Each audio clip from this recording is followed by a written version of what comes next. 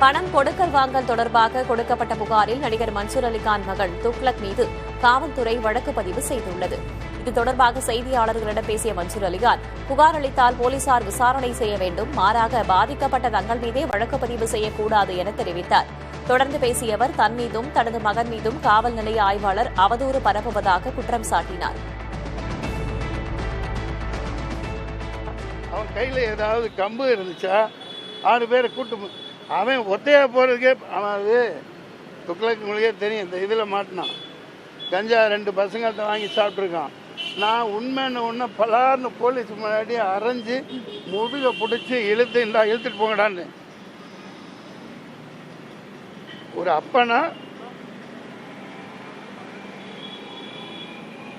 நான் என்ன செய்யணுமோ அதை செஞ்சேன். இப்போ தப்பே பண்ணாத ஒருத்த மேலே இப்படி பண்ணால் மனசு குமுறமா இல்லையா?